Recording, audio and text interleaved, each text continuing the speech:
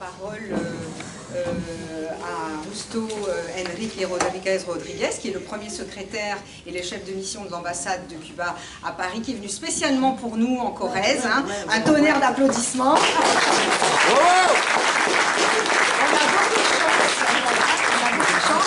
En deux mots, je vous présente, pour ceux qui ne connaissent pas, notre association de solidarité en Corrèze qui s'appelle Corrèze Cuba Estrella.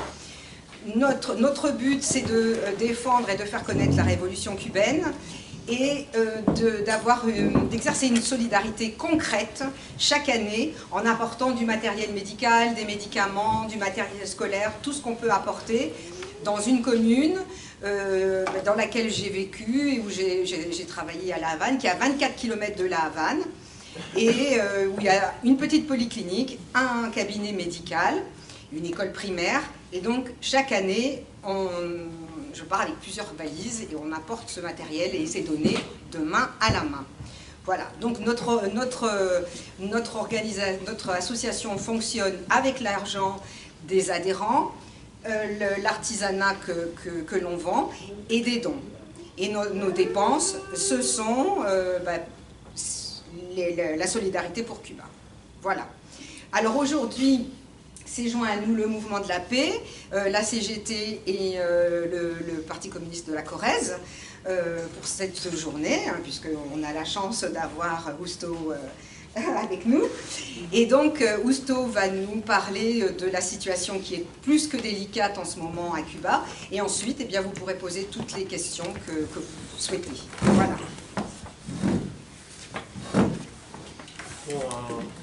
Bonjour, merci d'avoir venu aujourd'hui si nombreux à cet échange. Je préférais plutôt le qualifier d'un échange que plutôt qu'une conférence. Oui, si tu veux. Même si je pourrais passer deux, trois messages à l'avance, mais je serais plutôt intéressé à répondre vos questions, à répondre aux sujets qui vous intéressent le mieux.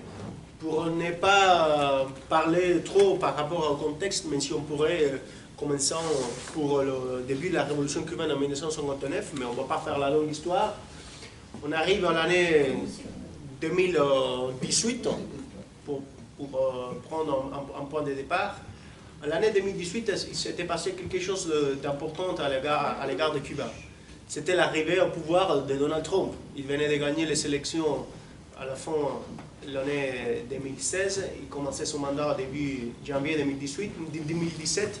Mais il a pris un peu de temps pour clarifier sa politique à l'égard de Cuba.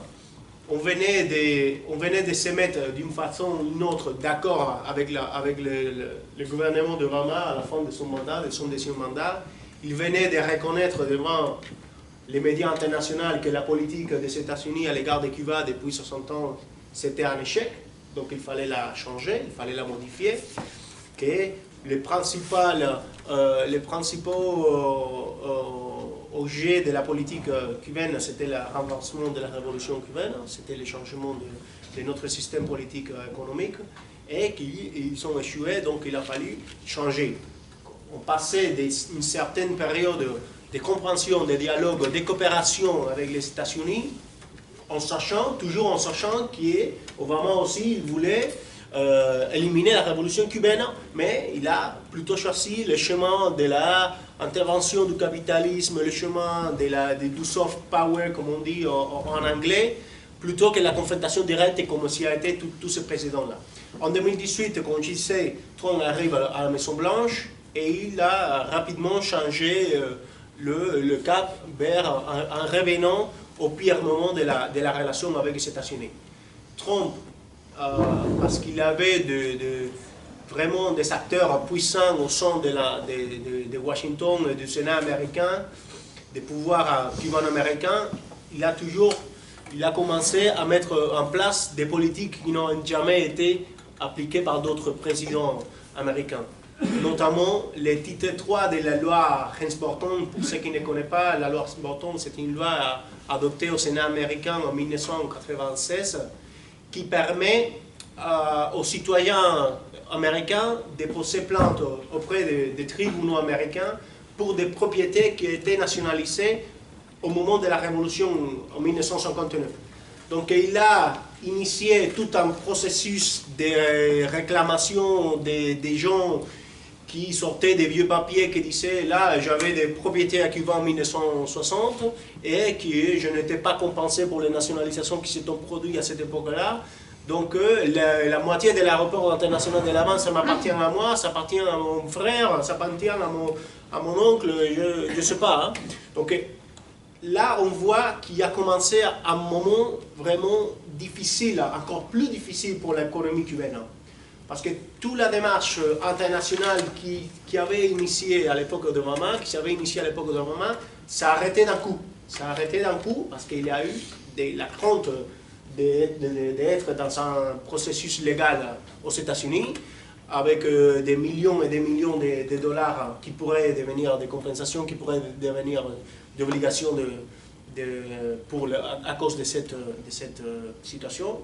Donc on voit que ça, il commence une situation économique qui nous a menés jusqu'à aujourd'hui.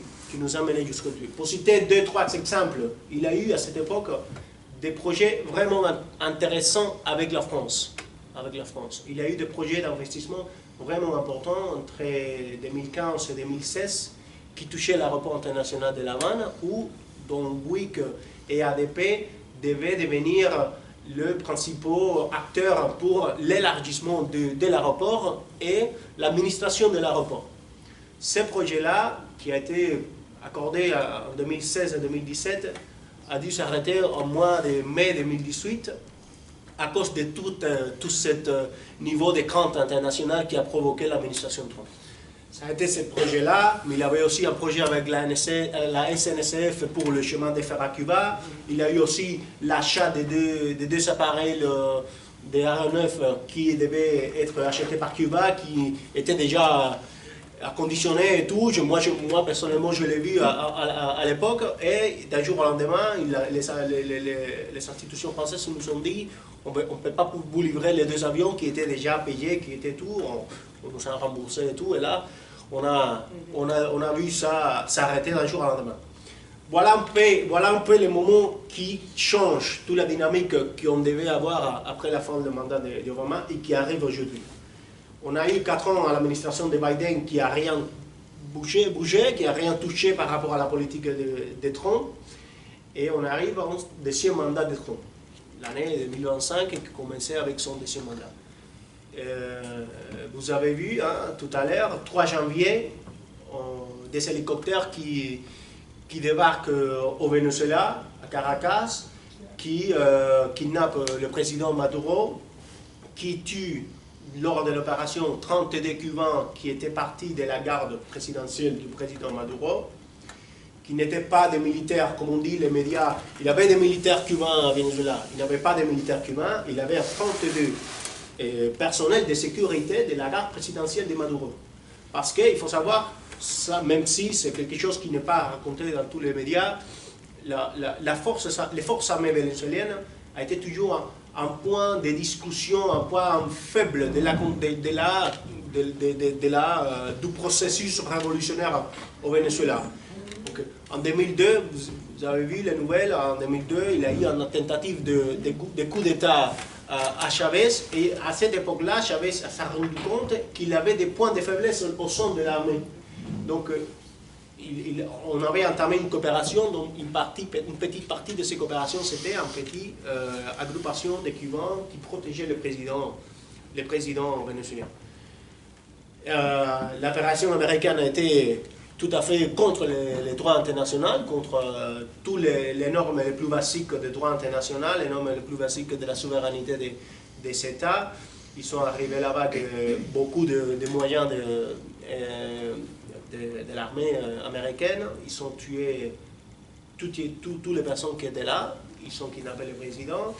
Et après ça, on a vu un renforcement du blocus contre Cuba, surtout au niveau du pétrole, au niveau des suministres de carburant. Aujourd'hui, je peux vous dire que ça fait un peu plus de 3 mois qu'il n'arrive une goutte de pétrole à Cuba. Parce que après le kidnapping du président Maduro, le 21 janvier, le président il a adopté une ordre exécutive comme en France, c'est une loi c'est un décret qui écrit le président, qui menace tous les pays qui osent délivrer du carburant à Cuba avec des tarifs douaniers supplémentaires. C'est-à-dire, les partenaires qu'on avait, qu'on gardait, comme le Mexique, comme d'autres pays de l'Algérie ou d'autres pays, ont décidé d'arrêter de livrer du carburant à Cuba à cause de cette menace de tarifs. Donc, en résumé, ça fait 3 mois qu'il n'y a pas de carburant à Cuba. En plus de toute la complexité économique que, d'une manière assez brève, je viens de raconter, avec toute la pression économique qu'on a vécue depuis 1962, avait renforcé après 2018, on a une situation aujourd'hui qui est vraiment, vraiment délicate, vraiment grave.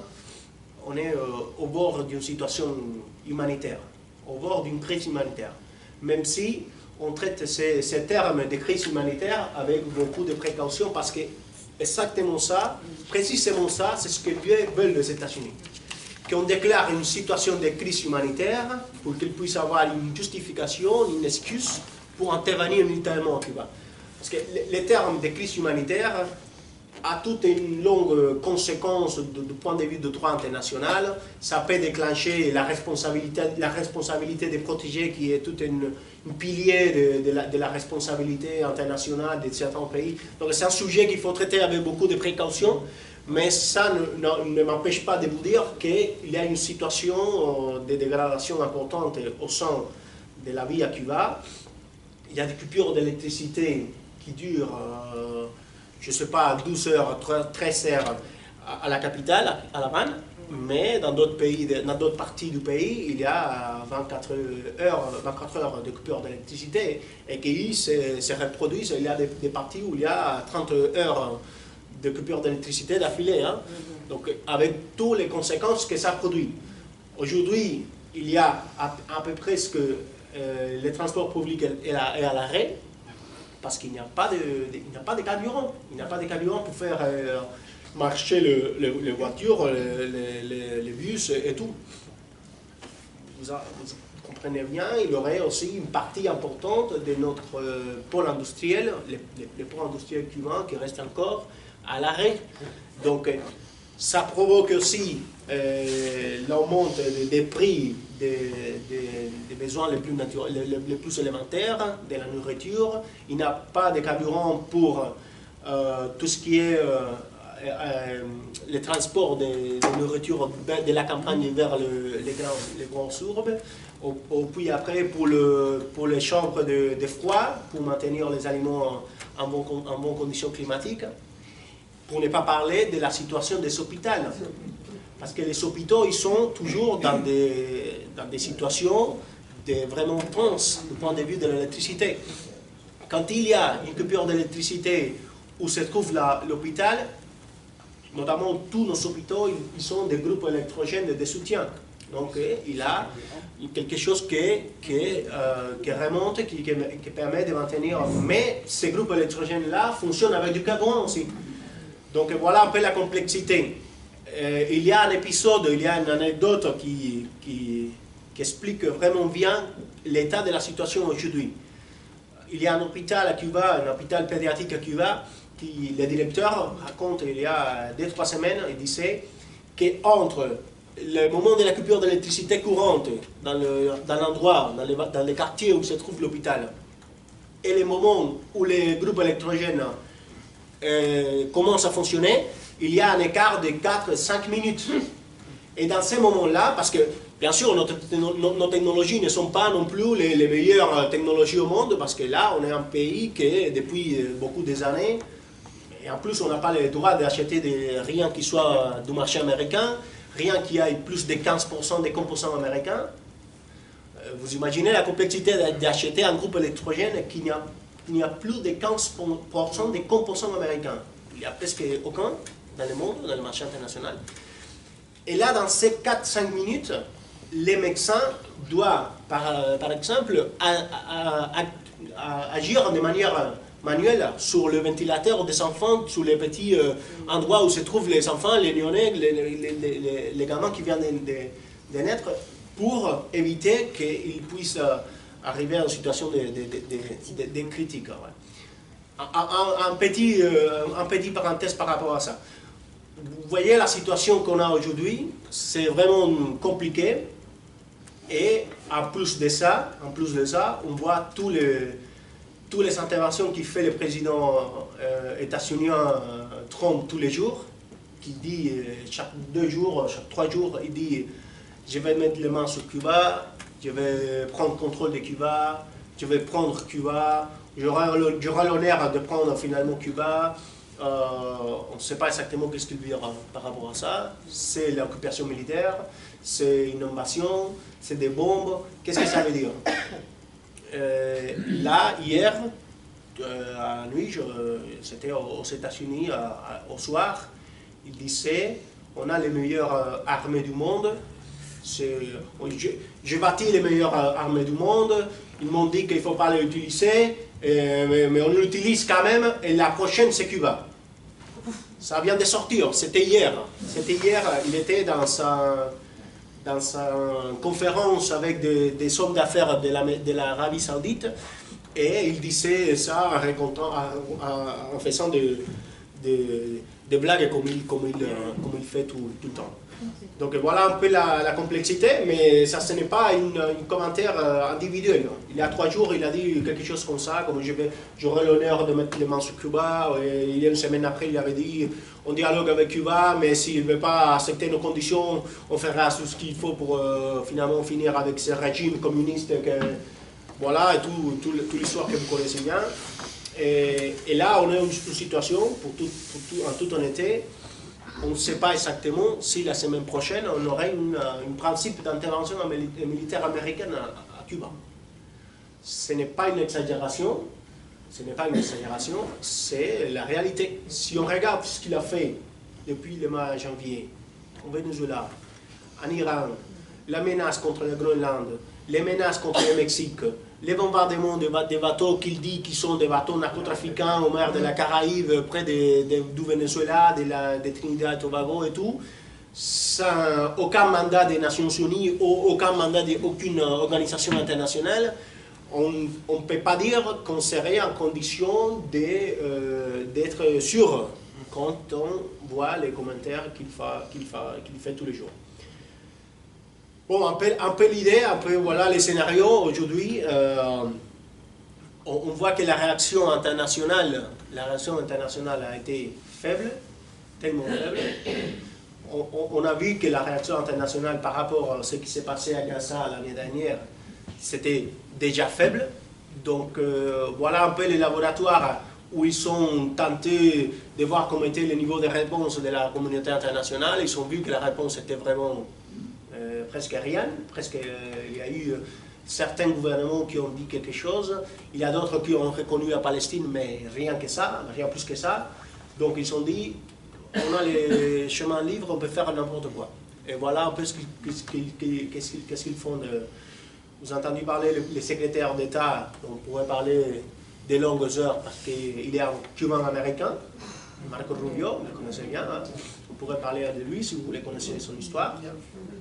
Et lui, il a dit très clairement devant la presse, devant les caméras, il a dit on est une superpuissance, on est une superpuissance internationale, on ne veut rien entendre de l'ONU. L'ONU, c'est une histoire d'un autre monde, c'est un monde du passé, et on fait c'est ce qu'on veut, et surtout dans l'hémisphère occidental, c'est-à-dire aux Amériques, c'est à eux. Les Amériques, c'est à eux, c'est le retour à la doctrine Monroe de l'époque, où les Américains pourraient mettre les mains sur l'Amérique dans n'importe quel moment et dans n'importe quelle façon. Voilà un peu les scénarios. Nous, en tant que gouvernement, on continue à maintenir une position qui est de disponibilité à entamer un dialogue avec les États-Unis sur des bases d'égalité, sur les bases de respect de la souveraineté cubaine, sur les bases du respect de notre droit à choisir notre modèle économique, politique et social. Là, on ne va pas céder. Là, on ne va pas céder parce que c'est nos droits. Hein, c'est ce qu'on fait à notre maison. Il n'y aurait personne qui viendrait dire à Cuba qu'est-ce qu'il faut faire chez nous. Par contre, il y a des sujets où on pourrait en parler. s'ils sont en condition d'avancer sur une coopération sur le combat du narcotrafic dans la mer de la Caraïbe, on est disposé à le faire. Parce que nous, on est contre le narcotrafic. On est contre tout ce qui est le trafic illégal de personnes. On est un pays qui protège ces espaces maritimes, donc on est un pays qui est en condition de coopérer avec les autorités américaines pour éviter la traite des personnes, le narcotrafic, la pollution de la mer. On est en situation de faire tout ça. On est un gouvernement responsable, on est un gouvernement qui tient ses paroles. Là, maintenant, si on parle de l'abandon du pays, de l'abandon du chemin du communisme qu'on a choisi, ça fait longtemps, ça, on ne va pas avancer. Là, on ne va pas avancer. Et on voit bien qu'avec ces limites-là, la seule option, la seule choix qui reste pour eux, c'est l'option militaire. Donc, voilà un peu l'idée qui reste aujourd'hui. Voilà un peu le scénario.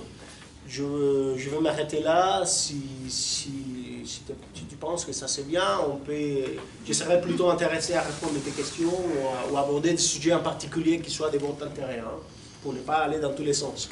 Oui, bien sûr, voilà. Écoutez, voilà, profitez pour poser toutes les questions que vous souhaitez poser.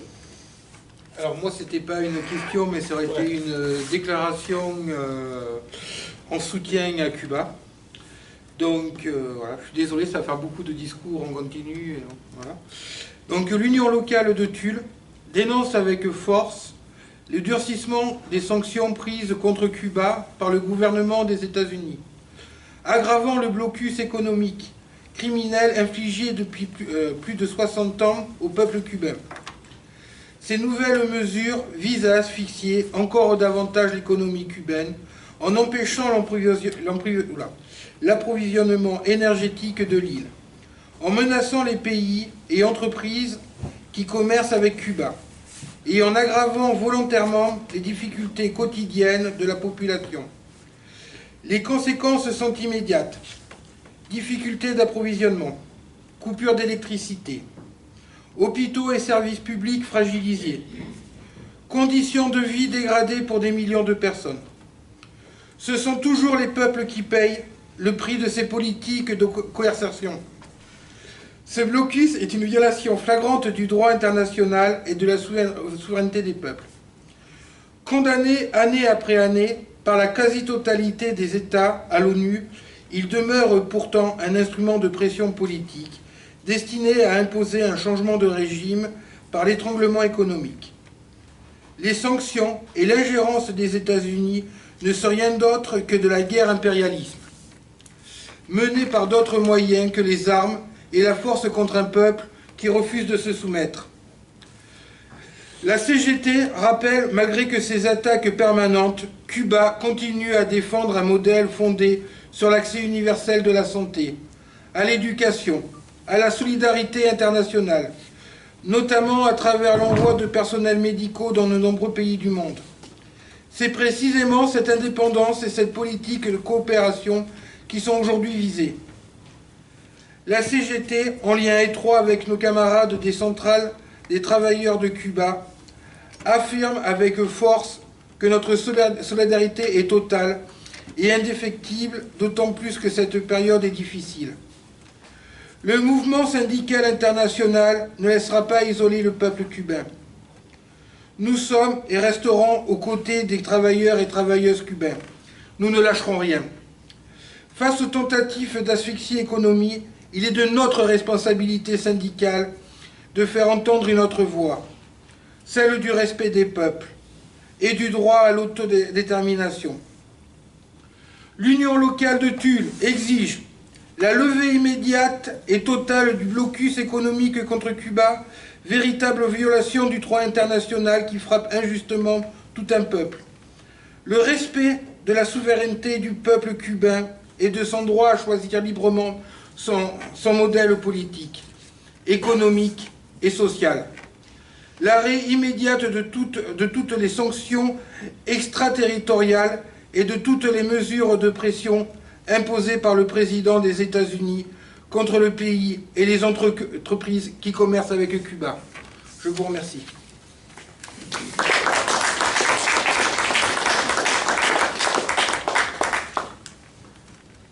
Alors, question. Oui. Une question dans le droit fil de l'intervention, puisque la CGT vient de s'exprimer là ici, mais la CGT aussi s'exprime dans ses journaux, parce qu'il y a une omerta en France sur la situation de Cuba. Les médias se mettent tous d'accord enfin quasiment tous, d'accord pour ne surtout pas en parler. Le problème n'existant pas, il n'y a pas lieu d'en parler. Et la CGT, dans le dernier numéro de la Vie ouvrière, a fait sur 2 pages toute la situation de Cuba, et en particulier avec une image très forte. Je m'excuse, mais c'est les poubelles qui s'accumulent dans la ville.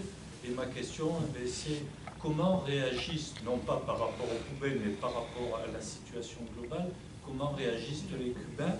Qu'est-ce qu'ils en pensent? Parce que ça fait des années, bon, vous allez me dire, ils ont pris l'habitude, mais enfin, là, c'est en train de prendre des proportions catastrophiques.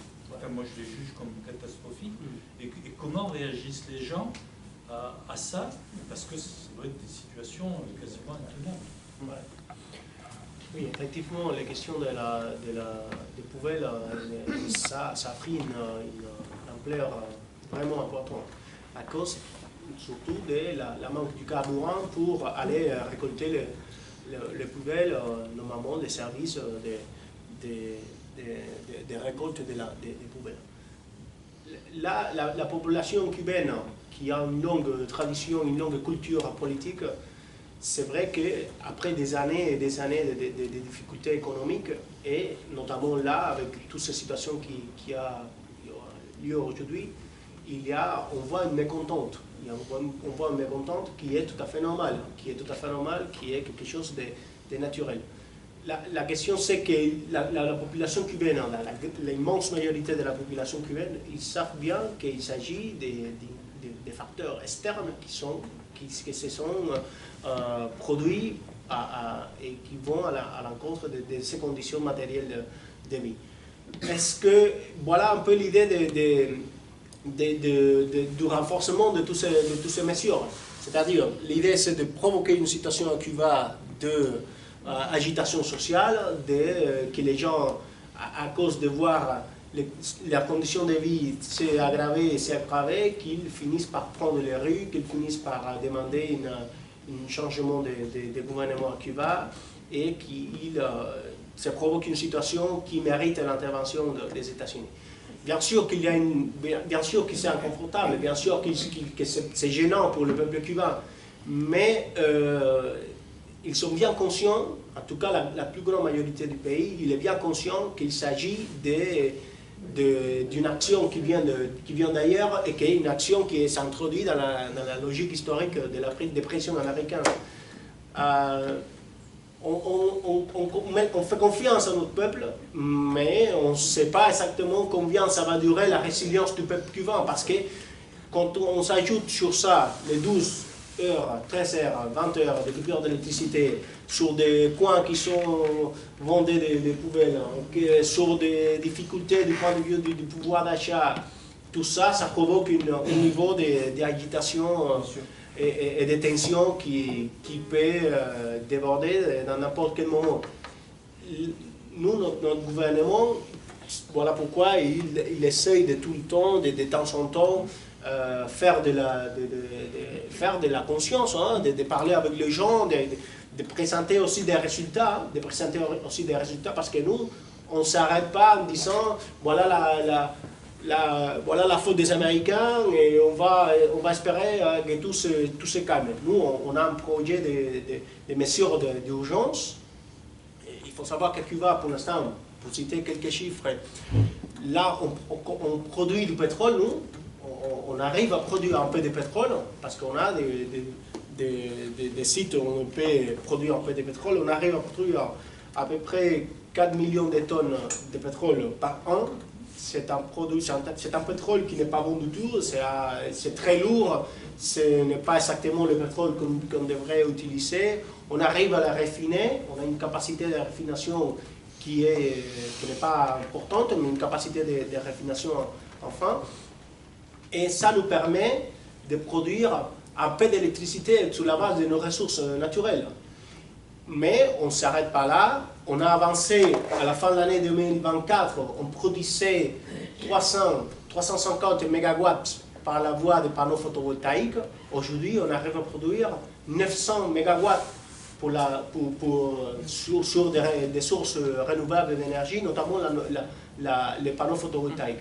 Donc, on travaille sur ce domaine-là avec le soutien de certains acteurs internationaux qui nous aident sur ce domaine-là, notamment la Chine, le Vietnam et d'autres pays de l'Amérique latine, notamment le Mexique, qui nous aident sur le chemin de devenir, du point de vue énergétique, souverain et pour se sortir un peu de la question de la dépendance du thermique. Même si, il faut le dire, la base, à près de 80% de la production électrique à Cuba est sur la base du thermique. Mais comme souvent à Cuba, on avance parce qu'on est contraint d'avancer, on est forcé d'avancer. On a avancé sur l'agriculture biologique parce qu'il n'avait pas l'accès à beaucoup des choses pour des engrais et des pesticides comme normalement on pourrait acheter dans n'importe quel marché. On a dû avancer dans les années 90 sur le chemin de l'agriculture biologique. C'est pareil pour la question pour citer un exemple, pour la question du vaccin contre la Covid. On a dû avancer sur notre propre vaccin parce qu'on savait bien que si on devait aller au marché international pour l'acheter, d'abord on n'aurait pas les mécanismes financiers pour le faire parce que Cuba c'est interdit de partout au niveau financier. Il n'y a aucune banque en France qui veut faire d'affaires avec Cuba, il n'y a aucune banque française et en Europe qui veut soutenir des projets d'investissement à Cuba. Donc imaginez-vous bien pour acheter des vaccins aux États-Unis ou pour acheter des vaccins au Royaume-Uni ou n'importe où. Voilà un peu comment de temps en temps on doit avancer à cause des besoins. Là maintenant c'est un exemple. On avance sur la question du panneau du photovoltaïque à cause de la capacité d'avoir du pétrole, d'avoir de la production électrique sur des bases thermiques. Voilà un peu l'idée. Mais on ne s'arrête pas là, on avance sur la question de l'agriculture au milieu de toutes ces difficultés-là. Donc, le peuple cubain comprend, même si c'est gênant, même si les conditions se dégradent, même si des jeunes, ils partent. Ça, je ne vais pas vous mentir, hein. Il y a des jeunes à Cuba qui prennent la décision de quitter le pays. Parce que quand vous habitez dans un pays qui est soumis tout le temps à des conditions de développement de sa économie qui sont tout à fait impossibles de gérer, vous voyez que ça provoque la désespération dans des personnes qui finissent par quitter le pays. Qui ne sont pas, comme on dit, des médias, qui ne sont pas des gens qui s'enfuient parce qu'ils s'enfuient du communisme. Non, ils sont des gens qui prennent la route parce qu'ils veulent des conditions de vie différentes. Et la plupart d'eux, ils savent bien que c'est à cause des politiques cubaines.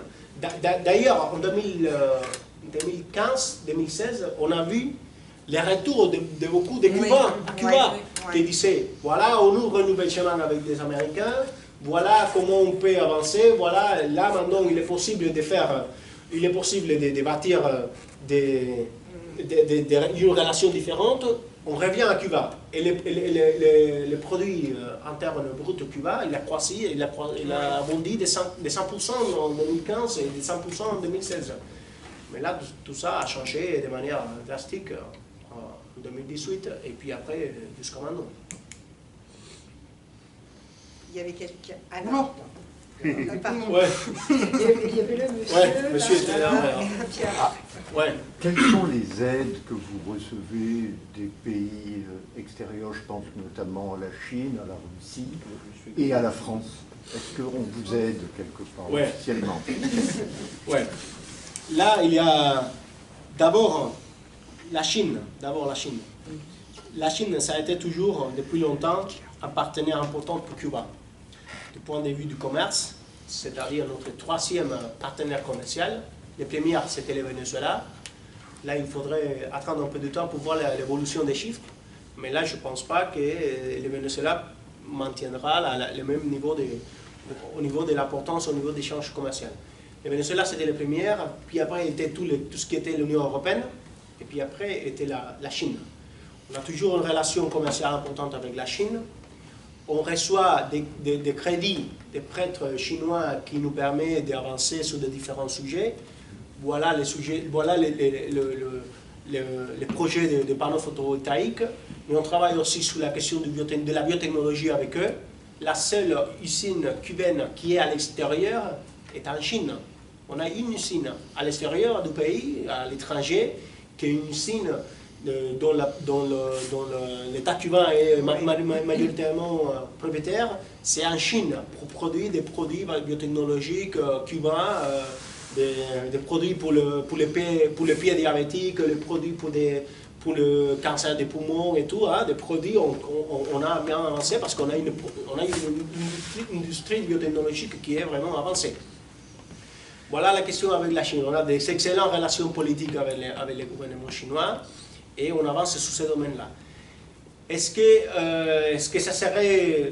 qu'il y a encore des possibilités de faire plus avec eux? Je pense que oui. La question c'est que la Chine vient loin de Cuba. La Chine vient loin de Cuba. Avec le Vietnam, on avance aussi sur la question des panneaux photovoltaïques, mais surtout avec la production de riz.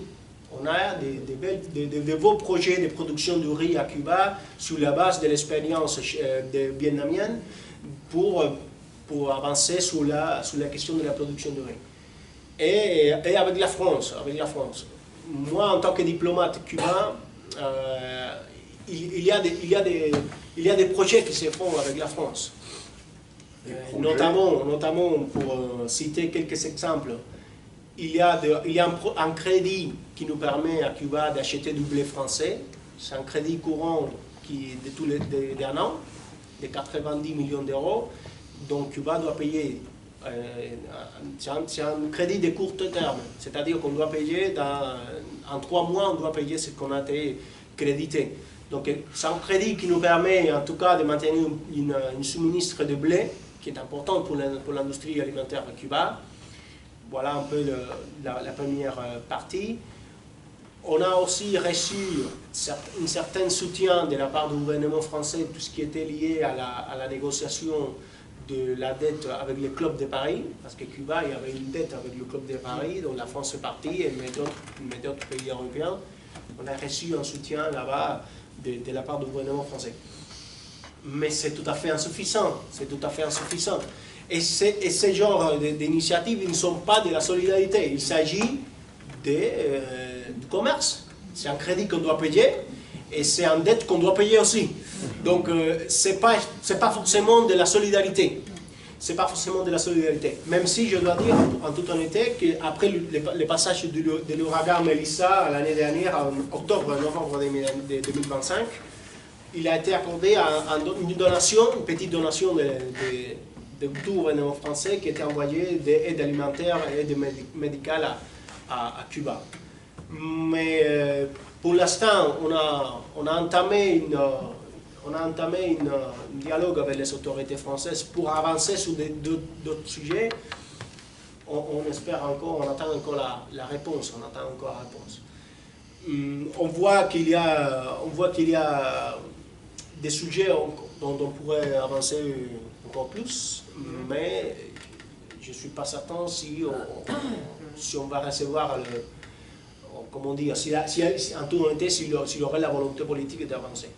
Mais voilà un peu le scénario avec la France. Voilà. Et la Russie, elle aide pour le carburant aussi. Ah, la Russie, oui. Ça m'échappait, la Russie. La Russie, c'est vrai que pendant un certain temps, pendant des mois, pendant des années, la Russie c'était un des fournisseurs de carburant à Cuba. Elle continue à le faire, mais c'était vraiment marginal, les suministres russes. Ça, c'est la vérité. Il avait un suministre qui nous permettrait de rester 3 semaines, 4 semaines, quelque chose comme ça, mais ce n'est pas quelque chose d'important et ce n'était pas quelque chose d'établi et de fréquent. C'était quelque chose qui se produisait de temps en temps dans le cadre des gestes politiques ou des gestes, comment dire, de solidarité. Ouais. Mais ce n'est pas, on va dire, là, les chemins normaux, les chemins fréquents des suministres de carburant, comme était le cas du Venezuela, comme était le cas du Mexique, comme était le cas de l'Algérie ou d'autres pays. Mais là maintenant, les gouvernements russes, les autorités russes ont informé de l'envoi d'un bateau avec à peu près 700 000 barils de pétrole à Cuba qui a été envoyé, ça fait 2-3 semaines qu'il arrive. On ne l'a pas vu arriver encore, mais des informations qui disent qu'il doit arriver dans 5-6 jours à Cuba. Ces suministres-là nous permettraient de... C'est un peu l'équivalent à 10 jours de consommation de carburant à Cuba. Que 10 jours, mais bon, c'est quelque chose qui est important, hein, parce que quand on n'a plus rien, quelque chose qui entre, c'est important. Mais là, la crainte, c'est que, je ne sais pas si vous avez vu les nouvelles, il y a des informations qui montrent qu'il y a un bateau américain qui est sorti des États-Unis et qui pourrait éventuellement aller à l'encontre de ces bateaux russes. Au principe, il y avait 2 bateaux. Il y a une qui venait avec des pavillons russes vers Cuba, celui qu'on attend encore, qui normalement devait arriver à la fin de ce week-end ou lundi, mardi. Mais il y avait une autre qui venait avec un pavillon de Hong Kong, si je ne me trompe pas, de Hong Kong, et celui-là a été détourné. Les 2 venaient pour Cuba, et un de ceux-là a été viré jusqu'au Trinidad et Tobago, et puis après il était envoyé au Venezuela ou à la Colombie. Donc voilà un peu la pression, c'est une pression réelle. Hein. Quand on parle d'un blocus naval, on ne parle pas qu'il y a une centaine de bateaux autour de Cuba, mais ce n'est pas nécessaire d'avoir une centaine de bateaux quand on voit un petit navire qui amène une millier de barils et qu'on voit un déplacement d'une frégate militaire américaine pour les déconseiller d'arriver à Cuba. D'abord, vous avez vu, hein, les Américains ont décidé de flexibiliser un peu les sanctions russes pour un peu gérer la situation qu'il y a avec les prix du pétrole à cause de tout ce qui était passé à Iran. Et 3 jours après, le département du Trésor américain a mis à jour son déclaration en disant « Ouais, tout se passe bien, allez, acheminez votre pétrole, mais il faut savoir que Cuba, la Corée du Nord, et celui-là, ils n'ont pas le droit d'accéder à ce pétrole que là, maintenant, vous avez des petites flexibilisations pour les vendre au marché international. » Donc, fait n'importe quoi, mais pas avec Cuba. Hein. Voilà un peu l'idée. L'intention, c'est bien clair. C'est de finir par étouffer le peuple cubain, finir pour le tuer, hein, et que le peuple cubain prenne la rue parce que les conditions de vie sont tout à fait insupportables. Et une fois que les conditions de vie soient de cette manière-là et que les peuples cubains soient dans la rue pour demander des choses qui sont tout à fait normales et qui ne se produisaient pas s'il y aurait un blocus, on va pour dire, voilà, le gouvernement cubain réprime le peuple cubain vient dans les rues, il est viré en l'encontre du communisme, donc on va l'aider, on va les libérer. Parce que voilà des choses qu'il dit Trump. J'aurai l'honneur de mettre les mains, de les libérer, de je ne sais pas, et voilà celle-ci, voilà celle-là. C'est un peu l'histoire. Alors, il y avait une question là, Pierre et Patrick. Moi je me suis un peu fait manger ma question parce que c'était un peu la question que je voulais poser, mais je vais essayer de compléter. Sachant qu'en Amérique latine, d'autres gouvernements ont été menacés, tels que le gouvernement colombien par les États-Unis. Est-ce que vous avez renoué des liens plus forts avec par exemple le gouvernement colombien ou encore le gouvernement brésilien, vu qu'ils sont malheureusement un peu dans la même posture ils sont dans l'expectative par rapport aux menaces de Donald Trump. Ouais. Malheureusement, la région, l'Amérique latine, vit un moment aussi difficile. On a vu, c'est ce qui s'est passé au Venezuela. On sait qu'en Argentine, il y a un gouvernement d'extrême droite, quelqu'un qui danse comme Trump et qui passe des lois tout à fait incroyables en Argentine, et des choses vraiment incroyables. On a vu des gouvernements qui étaient à gauche passer à droite. On a vu en Chili qui s'est installé quelqu'un qui se déclare qui est comme un néofasciste, comme un néonaziste. Tous ces gens-là ont subi des pressions de la part de Marco Rubio, en personne, qui envoyait ses collaborateurs les plus proches pour aller les pressionner, pour aller les faire la pression. Et il nous reste encore quelques pays qui sont à gauche, qui sont progressistes. Et il y a 2-3 pays qui, même s'ils ne sont pas forcément à gauche, ils sont des pays qui se respectent un peu, qui maintiennent une position de souveraineté, une position d'indépendance, en sachant que ça peut basculer d'un jour à lendemain si la pression est si forte. Mais la réalité montre que ces gouvernements-là, même ceux qui sont plus favorables à l'égard de Cuba, ceux qui sont plus de gauche, plus progressistes comme nous, ils ne sont pas agis non plus. Ils ne sont pas agis non plus. La Colombie, elle subit des pressions aussi. Le Brésil, c'est un grand pays en Amérique latine, mais les Américains, ils ne veulent rien savoir avec eux, parce qu'ils soutiennent Bolsonaro à la fin, et c'est un soutien déclaré, parce qu'en plus, Trump, il s'est dédié à soutenir tous ces candidats de droite ou d'extrême droite, et il l'a dit clairement, il a dit de manière publique, j'ai soutenu je ne sais pas qui, et il a gagné. Ah bon, c'est bien, hein, c'est bien, parce que tu as fait des... On sait bien qu'il a eu l'intervention, on sait bien qu'il a eu l'ingérence, on sait bien qu'il a eu qu'il a mis les mains sur les sélections de différents pays. En Honduras, il a mis les mains clairement. Il a mis les mains sur le Chili, parce qu'une semaine avant, il disait, ça va aller mieux avec nous si vous choisissez celui-là. C'est-à-dire la menace, c'est-à-dire la pression, c'est-à-dire l'ingérence dans les affaires internes d'un pays, voilà, qui est tout à fait interdit dans les droits internationaux. Mais bon, ça n'importe pour eux. La réalité, c'est que ce pays-là, ils ont des choses à gérer dans leur pays, et ils ne sont pas avancés beaucoup trop que ça. Parce que c'est vrai qu'ils sont dépendants des États-Unis aussi, hein, ils sont dépendants des États-Unis. Mais en réalité, on voit qu'il y a la peur partout, surtout en Amérique latine. Parce qu'au début de l'année, en bombardant un pays, en kidnappant son président, même si tu considérais qu'il n'est pas un président démocratiquement élu, tu ne peux pas kidnapper personne. Hein.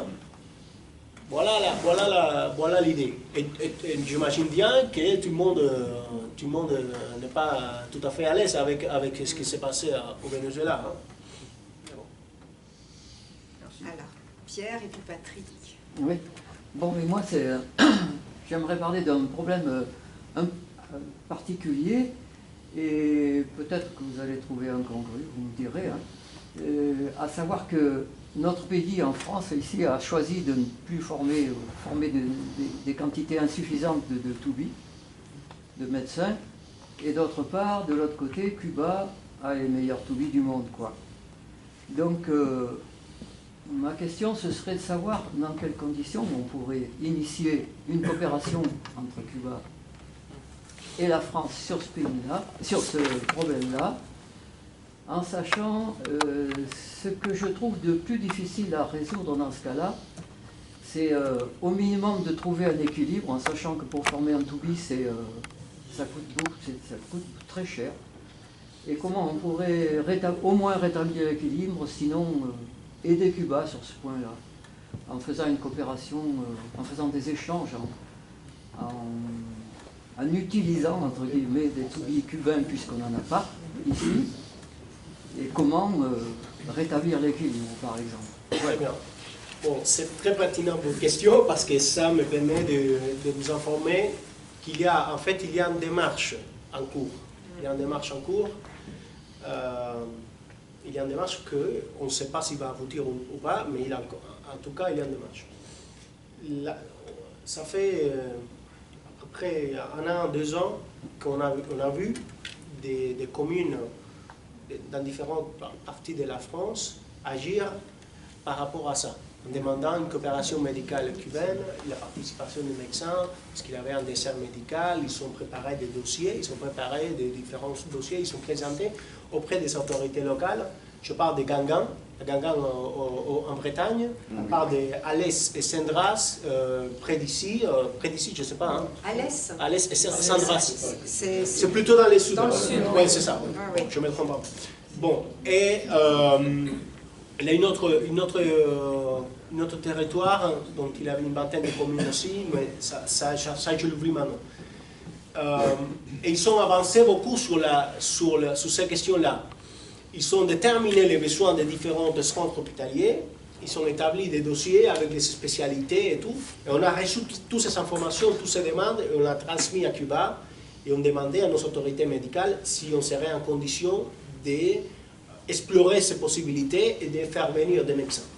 On a reçu une réponse positive de la part de nos institutions, et là maintenant on passe à la façon, comment le faire, en sachant qu'il y a un cadre légal qui ne le permet pas aujourd'hui. C'est-à-dire que, vous le savez mieux que moi, là, un médecin ne peut pas pratiquer en France s'il n'est pas diplômé en France ou à l'Union européenne.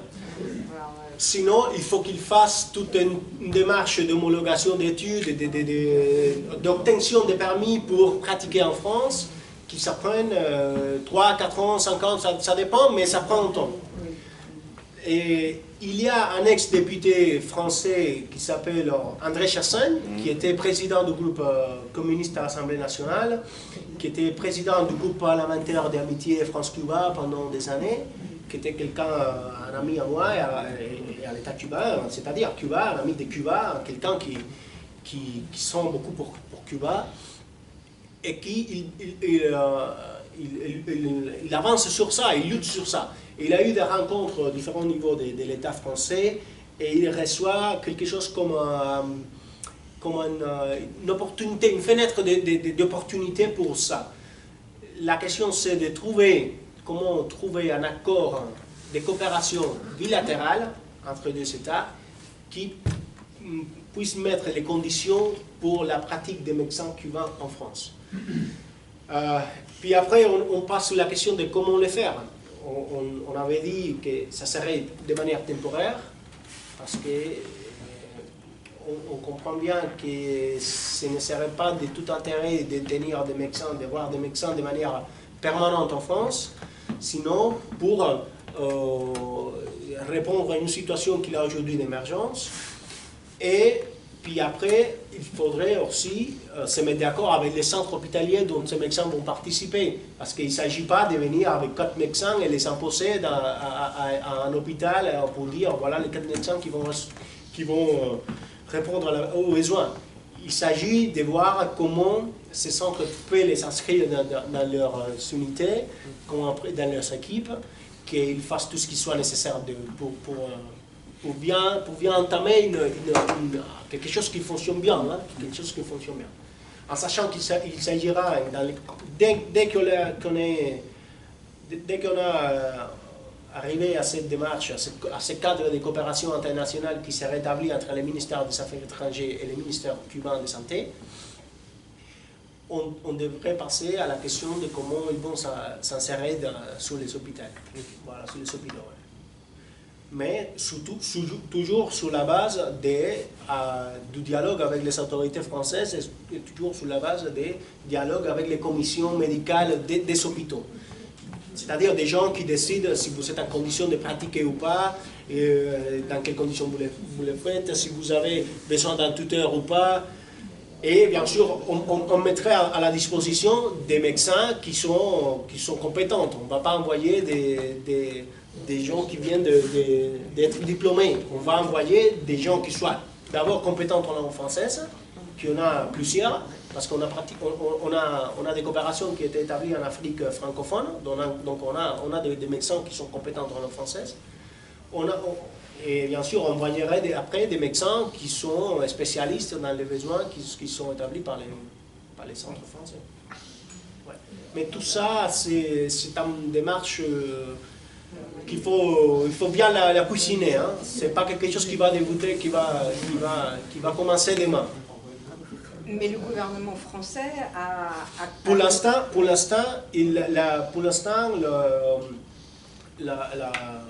la disposition est là.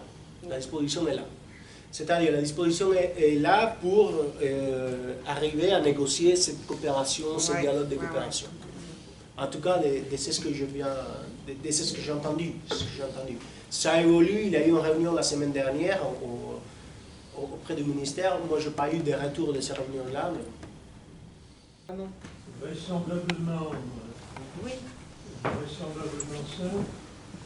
J'aimerais savoir si Cuba a des relations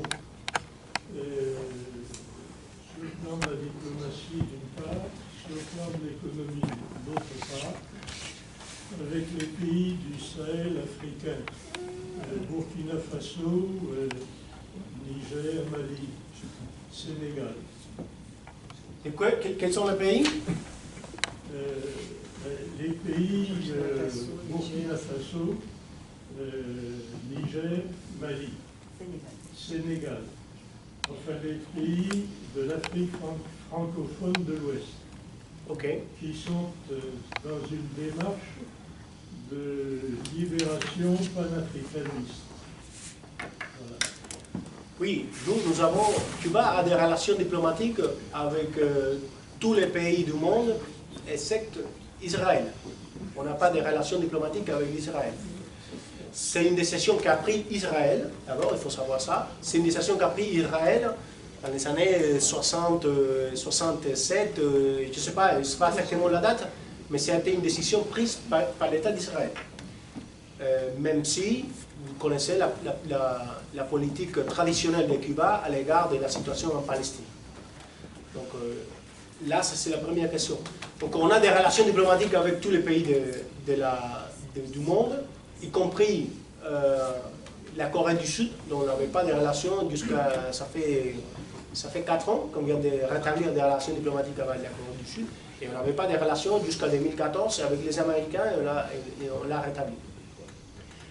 C'est-à-dire qu'on a des relations diplomatiques avec ces pays de l'Afrique occidentale que vous mentionnez. Et la relation de Cuba avec l'Afrique, c'est une relation historique. Voilà, l'Afrique, c'était le premier pays où nous avons envoyé des médecins pour la coopération médicale. Nous avons eu une participation très importante pour la libération de l'appareil en Afrique du Sud, en Namibie et en Angola. Nous avons participé aussi au développement des pays comme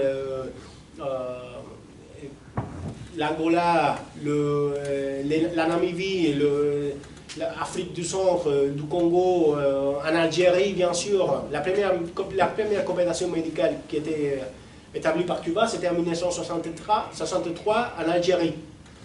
Donc voilà un peu là. Nous avons des relations avec ces pays-là. Il n'y a pas un commerce important avec ces pays-là. On n'a pas des liens commerciaux qui soient significatifs. Ils ne sont pas des partenaires traditionnels de Cuba. Ils sont loin. On n'est pas complémentaires du point de vue commercial. Donc, on est plutôt des pays exportateurs de biens basiques, de matières premières, on va dire. Donc, on n'a pas une relation commerciale énorme. Mais on a une excellente relation du point de vue, une relation diplomatique excellente. Pas, aucun problème, aucun souci avec ces pays-là. L'Union africaine, ils votent tous les ans de manière complète, à l'unanimité, contre le blocus américain aux Nations Unies. En sachant que, aussi, au niveau du sommet de l'Union africaine, tous les ans, quand l'Union africaine célèbre sa réunion des chefs d'État et des gouvernements les plus importantes, tous les ans, ils adoptent une résolution contre le blocus cubain, contre le blocus à l'égard de Cuba, contre le blocus américain contre Cuba. Nous avons une relation fraternelle avec l'Afrique. Hein. c'était un pas de départ c'était à la base de notre politique étrangère après le triomphe de la Révolution. Fidel a dit, nous on est à moitié africains, parce que nous à la base on est à moitié africains. Donc il y a eu une dette historique avec l'Afrique, donc Cuba la respecte et Cuba continue à travailler là-dessus. Même avec d'autres pays, en Asie, partout, on a eu une politique à l'égard du tiers-monde qui était une politique dont on est fier, vraiment fier. Voilà un peu l'idée. La question, c'est une question, parce que tous les ans, les Nations Unies mettent au vote le blocus contre les Américains, contre Cuba. Et seuls les Américains, Israël, je ne sais plus quel autre pays, votent pour. Alors il y a quand même une contradiction en ce que Donald Trump s'assoit sur les décisions de l'ONU concernant le droit international, et là, ça l'arrange de bloquer économiquement votre pays. Et alors ma question, c'est est-ce que pourraient faire les pays européens, enfin l'Europe en particulier, qui elle se couche actuellement devant la politique conduite par Israël et les Américains, que pourrait-il faire comme pression sur les États-Unis? C'est la question que je me pose, parce qu'actuellement, on a un gouvernement d'une faiblesse extraordinaire par rapport à ces conflits. Aucune condamnation pour ce qui s'est passé en Israël, enfin, en Palestine, ce qui continue à se passer en Cisjordanie où on massacre allègrement les Palestiniens qui veulent sauvegarder leur plantation et leur pays, leur territoire. Alors, le Liban, on voit ce qui se passe actuellement depuis un mois. Donc moi, ce qui me surprend, enfin, je m'interroge sur le rôle que pourrait jouer, s'il en avait la volonté politique, l'Europe. Parce que quand même, on représente un certain nombre, enfin, une population importante qui pourrait s'ériger contre ces décisions. Alors, la question revient aussi, c'est qu'attendez-vous de nous, adhérents d'associations de soutien à Cuba, pour qu'on puisse faire une pression sur l'attitude des États-Unis. Parce que là, si on revient dans l'histoire, il y a aussi c'était Monroe, je pense, celui qui avait fait la doctrine Monroe, qui faisait qu'on n'avait aucun droit à s'interpeller sur les affaires américaines, et que c'était leur domaine. Oui, tout à fait. Alors ça, je crois que ce sont des points d'histoire qui seraient bons de rappeler.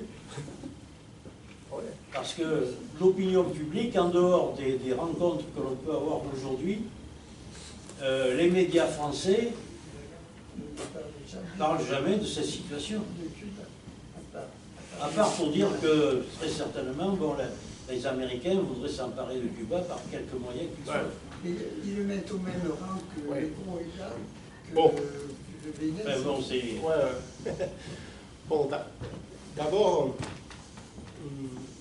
moi je ne peux pas contester la politique de la France par rapport à n'importe quel sujet. Moi, ce n'est pas ma place. Et moi d'habitude, je ne le fais pas parce que nous, en tant que diplomates cubains, on est très respectueux de la souveraineté des États, on est très respectueux du respect de pas d'ingérence sur des sujets internes.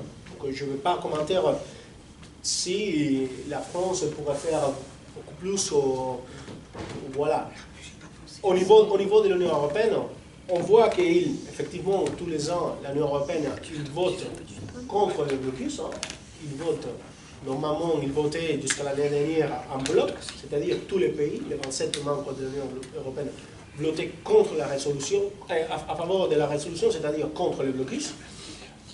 L'année dernière, il y a eu 2-3 États qui ont fini avec ces positions historiques. La Hongrie, l'année dernière, il a voté contre la résolution. Il y a eu 2-3 États qui se sont abstenus. je ne me rappelle pas exactement, mais c'était la Hongrie, et il avait la Pologne, il y avait deux, trois États de l'Union européenne qui sont votés en abstention, et la Hongrie en contre. Mais nous, on a toujours dit que l'Union européenne devait prendre une décision, une politique indépendante à l'égard de Cuba. Ce n'est pas question de si on est d'accord en tout, on n'a pas forcément besoin d'être d'accord sur tous les domaines des sujets internationaux pour avoir une relation de respect. Et on sait bien que les principaux impliqués par les politiques extraterritoriales des États-Unis, c'est les entreprises européennes. Voilà, tout le monde de l'entrepreneuriat français est impacté par les politiques extraterritoriales du blocus. Donc, tous les groupes français qui sont présents à Cuba, ils souffrent ces mesures. C'est-à-dire qu'ils voient des problèmes pour fonctionner normalement, pour faire des investissements, pour récupérer l'argent, pour faire acheminer son argent en France, pour faire acheminer des suministres à Cuba, pour tout. Donc les premiers intéressés à la fin effective du blocus serait l'Europe. D'abord, c'est ça. Après, c'est une violation de droit international. Donc si la France et l'Union européenne disent de manière claire qu'ils sont contre les violations de droit international, c'est-à-dire qu'ils doivent aussi défendre leur droit de tenir de bonnes relations économiques avec Cuba sans l'ingérence des Américains. C'était la banque française qui a souffert en 2015, la BNP, qui a eu une grosse amende par rapport à 9 milliards d'euros, si je ne me trompe pas, 9 milliards d'euros qui a dû payer au Trésor américain parce qu'il avait des relations, il avait des transactions avec Cuba. Et voilà les différents exemples. Mais qu'est-ce qu'on attend de l'Europe? On attend que finalement il puisse avoir une position claire et plus forte, plus ferme à l'égard de ça, en disant et nous on a des difficultés, nous on a des différences avec Cuba par rapport au sujet du système politique cubain, mais on parle sur ça, on discute sur ça, on a des cadres de discussion avec l'Union européenne sur ça, qui est établi sur les accords de coopération et dialogue politique avec l'Europe. Mais on n'a aucune peur à discuter sur ça, dès le moment où on soit respecté, dès le moment où on soit respecté, dès le moment où on soit considéré comme un État souverain. Et par rapport à la question de la doctrine Monroe, et qu'est-ce qu'on attend bon, si vous regardez, si vous lisez la stratégie de sécurité nationale des États-Unis qui a été établie par Trump en novembre 2025, il est dit clairement qu'il reprend la doctrine Monroe et qu'il appelle maintenant la doctrine Don Roe, c'est-à-dire Donald Roe. C'est-à-dire qu'il va faire n'importe quoi à l'hémisphère occidental. Il comprend que c'est tout CAE. Effectivement, la doctrine Monroe dit l'Amérique appartient aux Américains. Dans le sens, les Américains, c'est les États-Unis. Donc, aujourd'hui, Trump, il se regarde en face de ça, il se sent tout à fait à l'aise avec ça, donc c'est-à-dire qu'on est on est la cible de sa politique étrangère, on est la cible de sa vision géopolitique. Qu'est-ce qu'on attend des associations françaises? On attend, c'est ce qu'on a reçu jusqu'aujourd'hui, parce que moi je dois le dire, le monde associatif français solidaire avec Cuba a été toujours présent. Et même si les conditions de temps en temps ne sont pas faciles parce qu'il n'y a pas un soutien, toujours il n'y a pas un soutien des plus hauts niveaux de l'État par rapport à ça, mais le monde associatif français a été toujours là. Je dois le dire aussi pour les partis communistes français, je dois le dire aussi pour la CGT, je dois le dire aussi pour d'autres associations, pour d'autres forces politiques qui ne sont pas des forces politiques hyper puissants au niveau de la France, mais qui ont été toujours là pour dire nous, on est là, nous on n'est pas d'accord avec tout ce qui se passe à Cuba. C'est-à-dire que, par exemple, l'ouragan Melissa est passé à Cuba en novembre dernier. Il y a 3 semaines d'après, la CGT a récolté plus de 150 000 € pour acheminer des conteneurs à Cuba, avec des matelas, parce que les gens, à Santiago, Granma et Holguín, ont tout perdu. La montée de l'eau, c'était l'ouragan là, surtout les dégâts ont été provoqués par la montée des eaux au niveau rural. Et dans 3 semaines, il avait 150 000 euros pour acheminer des matelas, des matériels pour faire des toits, pour des produits alimentaires, des produits médicaux. Mais aussi, pour l'association, il y a une communauté à Cuba qui reçoit un soutien direct de votre association. C'est-à-dire des gens qui reçoivent un soutien médical qui, dans des conditions normales, ne le recevraient pas. Et, donc voilà, je pense que c'est un travail qui est très important. Aujourd'hui, plus que jamais, c'est important de votre existence, de l'association, de l'existence de l'association, et de continuer le travail. Voilà un peu l'idée de ce que je pense par rapport au mouvement de solidarité avec Cuba et du monde associatif français solidaire avec Cuba. Ouais, c'est juste par rapport à ce que vous disiez sur que peut faire l'Europe. Moi, je crois que la réponse, c'est l'OTAN. La France, l'Europe et l'OTAN. L'Europe est sous la tutelle de l'OTAN, militairement parlant. Ça veut dire que tant qu'il n'y aura pas alors, les Américains, Trump te dit aujourd'hui, moi l'OTAN, l'Amérique va en sortir, est-ce que ce sont des mots, est-ce que ce sont probablement, on ne sait pas. On a marre de financer l'OTAN, les Européens ne financent pas à hauteur de ce qu'ils devraient faire, etc. Mais tant qu'on sera sous la tutelle effectivement de l'OTAN, je pense qu'on a les mains liées et qu'on pourra pas, on ne peut pas agir indépendamment, on n'a pas de souveraineté en matière de défense en France. On n'a pas de souveraineté. On est complètement dépendant de cette structure. C'est pour ça que l'Europe n'agit pas, à mon avis. Pour ça. Oui. J'ai une question peut-être un peu difficile. Même s'il est difficile d'interpréter la pensée et la stratégie de Trump, je ne pense pas que l'objectif des Américains soit d'envahir Cuba, en particulier par des voies terrestres, ou de se lancer dans une guerre dont les effets en matière de communication seraient désastreux. Je pense qu'ils aspirent plutôt, ce que tout le monde sent plus ou moins confusément, à un pourrissement en maintenant ce blocus économique fort. Donc, est-ce que, selon vous, et c'est là que ça devient peut-être un peu difficile pour vous de me répondre, parce que vous êtes engagé quand même auprès du gouvernement cubain, est-ce que, selon vous, ça peut aboutir à un mouvement d'opposition contre voire à un renversement du régime politique en place? Est-ce que... voilà. Bon, ça c'est l'intérêt de sa part. D'abord, moi j'avais la même diagnostic que celui-là que vous venez de faire. On pense encore, moi je pense encore, que ce n'est pas dans leur intérêt de faire une invasion à Cuba. Parce que, d'abord, il n'y a rien de stratégique à Cuba. Le seul point de stratégie à Cuba, c'était la base navale de Guantanamo. Ils sont déjà là. Avoir un point militaire, d'accès militaire, de tout ce qui est lié à des suministres de carburant, des forces militaires, tout ça, ils ont déjà une position pour ça. Et ils peuvent déployer des forces et des moyens là. Donc, du point de vue militaire, Cuba ne représente pas un intérêt fort.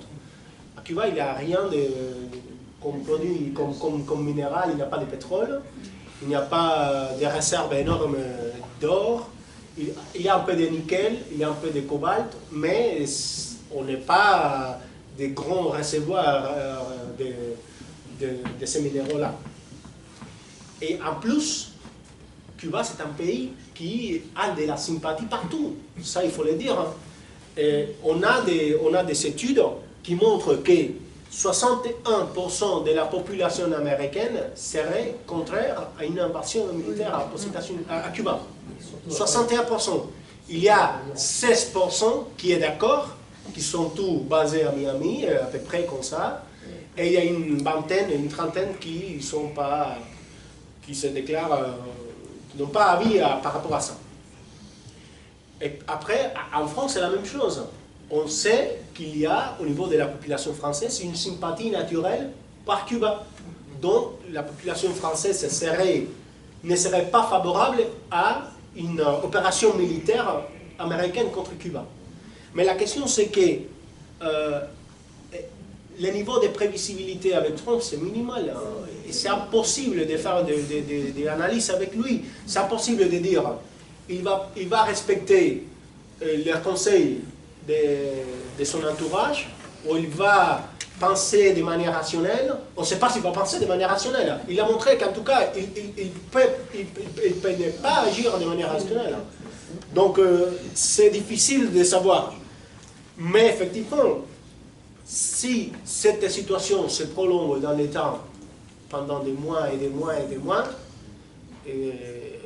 je ne sais pas, ça peut arriver à qu'il puisse y avoir une situation difficile à gérer au niveau de la population cubaine. Mais c'est tout à fait normal. C'est tout à fait normal. Imaginez-vous que vous êtes un père d'un gamin qui vient de naître. Il y a 3 mois. Il a une situation de santé et vous l'amenez à l'hôpital.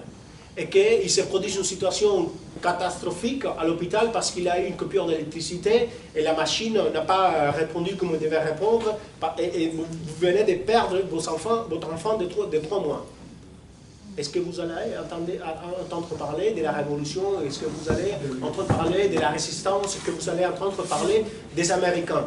Non, vous seriez furieux avec les médecins, avec l'hôpital, avec les représentants locaux, avec tout le monde. Et personne ne va vous convaincre de que c'est un problème produit à la base par une action étrangère. Et tout le monde, je vois quand les médias français parlent de Cuba, il y a toujours les mêmes expressions. L'île communiste, le régime castriste, la poubelle il est partout, mais il faut parler des raisons, il faut parler des racines de ces situations-là. Vous ne pouvez pas me raconter qu'en 3 mois, Cuba a devenu d'un paradis un pays qui était... non, il s'agit d'une accumulation de difficultés économiques parce qu'on n'a jamais vécu un scénario économique normal pour nous développer de manière normale. Ça a été toujours un intérêt de la part des États-Unis que Cuba ne se développe pas parce qu'il peut devenir un problème, un exemple difficile à gérer. Voilà l'intérêt des États-Unis. Ce n'est pas le pétrole, ce n'est pas le point de vue stratégique, c'est l'exemple que donne Cuba. Même en être un pays de conditions économiques difficiles, on continue à être un symbole de résistance. Et à chaque fois qu'il y a un symbole de résistance, il faut l'écraser. Parce que si on l'écrase, ça ne se reproduit pas. Si on montre que le communisme ne fonctionne pas, donc ça ne va pas se reproduire ailleurs. Mais si on fait tout, si on les coupe toutes les entrées économiques à Cuba, finalement, on ne produit pas d'or dans nos maisons. Hein. Là, je peux vous raconter un peu l'histoire du blocus, mais pour faire son cours, il n'y a pas de possibilité d'accès au marché international de finances. C'est interdit. Si vous voulez mettre un investissement à Cuba, il n'y a aucune banque qui soutient ça. Donc, quel homme d'affaires va faire un gros investissement à Cuba s'il n'y a pas une banque qui le soutienne?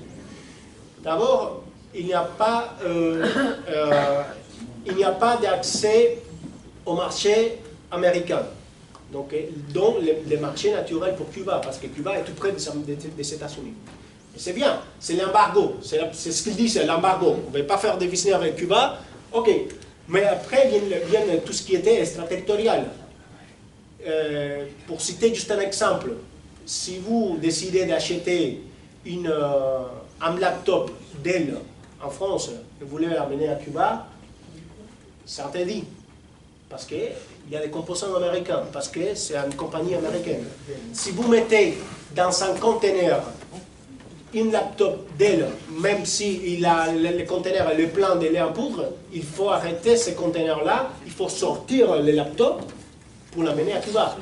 Parce qu'aucun navire, aucune compagnie navire au monde une fois que vous recevrez toute la documentation et qu'il y a des choses qui sont des fabrications américaines, serait d'accord à acheminer ces conteneurs qui est chargé avec des produits américains. Parce qu'ils seront possiblement soumis à des sanctions, ils seront possiblement soumis à des trucs, des choses partout. Hein. Voilà un peu l'idée. Voilà un peu l'idée. Une autre question par rapport au tourisme. On sait que c'était important aussi pour Cuba, l'activité touristique. J'imagine que le blocus actuel doit avoir un impact fort par rapport à cette activité et des conséquences aussi sur le plan financier pour les Cubains, pour l'économie du pays. Oui, en 2018, on avait eu le pic des nombres de touristes qui étaient arrivés à Cuba, 2018 en 2017. On venait d'avoir la fenêtre de dialogue avec les Américains. Les gens disaient il faut venir à Cuba avant que ça change, parce que Cuba, ça va changer, ça va devenir pro-américain et tout. Il y aurait des McDonald's, il y aurait des choses partout. Il faut venir, il faut courir, il faut aller là, maintenant à Cuba. On a vu les nombres de touristes monter. On est arrivé à 4 millions de touristes en l'année 2018, si je ne me trompe pas. Et tout de suite, après des mesures établies par Trump, on a commencé à voir les chiffres diminuer. D'abord, il a pris des mesures visant le tourisme. L'ESTA, je ne sais pas si vous connaissez ce que c'est l'ESTA. L'ESTA, c'est le mécanisme qu'ont les Européens pour se déplacer aux États-Unis sans besoin de demander une visa. Si vous mettez pied à Cuba, vous aurez votre droit à l'ESTA interdit de manière automatique. Si vous arrivez aux États-Unis avec un tampon des migrations cubaines, allez, en revenant, il faudrait faire une demande de visa, en sachant qu'une demande de visa auprès des Américains, c'est quelque chose de complexe. C'est quelque chose vraiment compliqué, vraiment complexe. Ce n'est pas n'importe quelle démarche courante. Ça, c'est la première chose. Donc, on a vu ça, l'impact sur le marché touristique européen. On a vu aussi qu'à cause de la dégradation de la situation économique, les gens décidaient de ne pas y aller à Cuba. Puis après, on a vu les pressions sur les bateaux et croisières. En 2016 et 2017, si vous vous baladez par La Havane, vous voyez les croisières qui étaient à la baie de La Havane, et vous voyez les gens qui arrivaient à la baie de La Havane, sortaient, ils faisaient tout ce qu'ils voulaient, et puis ils montraient, et ils continuaient jusqu'à Puerto Rico, Saint-Domingue, n'importe où. Depuis 2018, c'est interdit pour toute caravelle, tous les grands croisières au monde sont interdits de venir à Cuba. Voilà l'autre point d'impact. Et les dernières, c'était la pression sur les compagnies aériennes. Et là maintenant, quand il n'y a pas de carburant, qu'il n'y a pas de manière de maintenir le suministre de carburant pour les avions, il y a peu de compagnies aériennes qui continuent à aller à Cuba. Il doit, par exemple, Air France vient d'annoncer que le 29 mars, c'est-à-dire aujourd'hui ou demain, ils vont arrêter les vols à Cuba jusqu'à juin, le 15 juin, en tout cas dans le mois de juin. Parce que comme il n'y a pas de carburant à Cuba pour exactement, il a fallu qu'ils se déplacent à Bahamas pour continuer le suministre, et puis après c'est compliqué pour eux, donc ils ont décidé de finir avec ça. Et tout ça, c'était l'intention des Américains. Tout ça, c'est bien planifié, tout ça, c'est bien établi. Hein. Empêcher l'entrée du tourisme, c'est empêcher une des premières sources d'entrée à l'économie cubaine. Donc voilà, il faudrait finir avec ça. Il y avait Henri qui voulait... Donc pourquoi on a voulu aussi vous rencontrer aujourd'hui, c'est pour rappeler que depuis plus de 60 ans, l'île de Cuba est soumise à un blocus illégal. Et ça a déjà été évoqué, mais bon, on est très attaché au mouvement de la paix, à la charte de l'ONU et au droit international, et la situation que connaissent les habitants de l'île est une violation flagrante du droit international. Le fait qu'il y ait des mesures unilatérales décidées par un État contre un autre État. Alors, Cuba n'est pas le seul exemple dans le monde, mais c'est l'exemple le plus long qui existe. Donc on ne peut que saluer la résilience des habitants qui subissent les sanctions. Et signaler aussi, ça a été un peu évoqué, le fait qu'à Cuba, il y a une base étrangère, une base militaire étrangère, et que du côté du mouvement de la paix, nous luttons contre la présence, les bases militaires d'un pays à l'étranger, quel que soit le pays. Et donc c'est pour ça que la fermeture de la base militaire de Guantanamo et la restitution à Cuba de ce qui est aujourd'hui occupé par les États-Unis est quelque chose qui nous tient à cœur. Donc ce qu'on demande, notre revendication, c'est la fin du blocus, la fin des sanctions et qu'on laisse les habitants s'administrer librement et comme ils ont envie. Et cette question du droit international à travers l'exemple de Cuba est fondamentale, et vous l'avez évoqué, le fait que une grande majorité des États soutient les résolutions de l'Assemblée Générale des Nations Unies, il faut qu'on arrive à qualifier ce blocus de criminel, et ceux qui le mettent en place, ceux qui l'ont mis en place, voilà, c'est un véritable crime contre un État, notamment contre ses habitants. Et je vais passer la parole à mon ami Nicolas, qui a, je crois, un mot à vous dire aussi. Puisque votre venue nous a permis de nous découvrir une fibre envers Cuba. Collectivement, ça nous a largement stimulé pour vous venir en aide, et à travers Cores Cuba Estrella, qu'on remercie aussi. Merci. Oui, donc quelques remerciements, notamment déjà pour votre présence. Merci à Cuba Estrella, évidemment. Merci à nos amis du Mouvement de la Paix et de l'ULCGT de Tulle de nous permettre de nous réunir aujourd'hui pour cette journée. Et donc, pour répondre aussi à ce besoin de manière très concrète, nous avons entrepris donc une collecte de médicaments, de petites fournitures de couture, de lunettes. Nous avons aussi des camarades qui souhaiteraient envoyer des choses un peu plus conséquentes, telles que des vélos. Ça nous a été remonté, hein, coucou Lynn. Donc peut-être qu'éventuellement, à travers un autre événement, à travers aussi évidemment une coopération avec d'autres organisations, je remercie aussi de leur présence nos camarades du PRCF, nous créerons un autre événement de solidarité pour collecter notamment différents objets dont vous avez besoin au quotidien. On a beaucoup parlé de pétrole.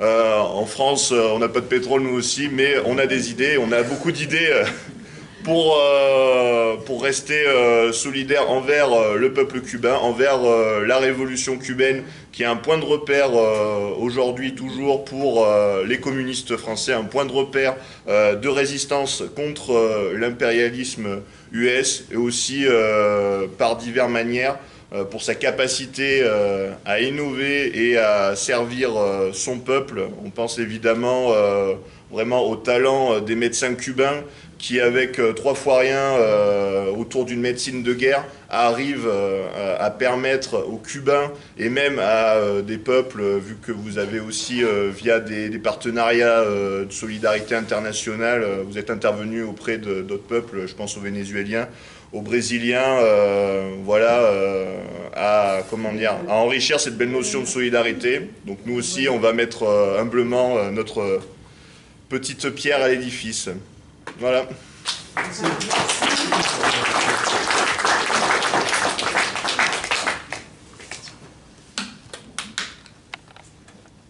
Oui, j'aurais aimé savoir, étant donné que l'Espagne s'affranchit de ces groupes, ces caniches européens derrière l'oncle Sam, est-ce que cette originalité de l'Espagne s'exprime notamment par le maintien d'un minimum de commerce avec Cuba? Oui, c'est bien. Hein? Oui, en fait, un des premiers partenaires commerciaux de Cuba au sein de l'Union européenne, c'est l'Espagne. C'est le premier. Donc, on a une relation commerciale avec l'Espagne qui se développe sur la base d'une relation commerciale courante. Il n'y a pas de solidarité là-dessus. Hein. Mais, quand même, hein, on a une relation commerciale qui nous permet d'avoir des choses hein, qu'on ne produit pas à Cuba et qui puissent. Mais c'est vrai aussi, on a aussi cette vision optimiste de la position qui a été prise par le gouvernement espagnol par rapport à différents sujets de la scène internationale, notamment la question de Gaza. Ils ont pris une décision, ils ont pris une position qui est tout à fait décente et tout à fait vraiment correcte. Hein. Donc, et puis après, avec la question de l'Iran, ils ont pris une position par rapport à l'Iran qui a été... On est contre la guerre, on est contre la guerre, tout à fait contre la guerre. On ne veut pas que l'Europe se mêle dans une guerre qui n'est pas rien avec elle. Donc on aimerait bien que ce soit la position de toute l'Union européenne. Ce n'est pas le cas, malheureusement, parce que nous, les Cubains, en tout cas au ministère, on se dit toujours que l'Europe pourrait jouer un rôle plus important. Car l'Europe n'est pas les États-Unis. L'Europe n'a pas cette vocation guerrière qui a les États-Unis, qui est tout à fait fou pour entrer en guerre à n'importe quel moment dans leur histoire. Donc l'Europe pourrait jouer un rôle d'équilibre par rapport à ça. Malheureusement, ce n'est pas forcément le cas, donc c'est un pire, mais bon. Mais c'est vrai que l'Espagne a joué un rôle tout à fait bon. Hein, tout à fait bon. Et avec le Canada, parce que le Canada, il y avait des bonnes relations commerciales avec Cuba. Le Canada, ça a été toujours un partenaire historique de Cuba. Fidel disait que le Canada, même si c'était un pays capitaliste, n'avait pas conquéri personne, n'avait pas colonisé personne.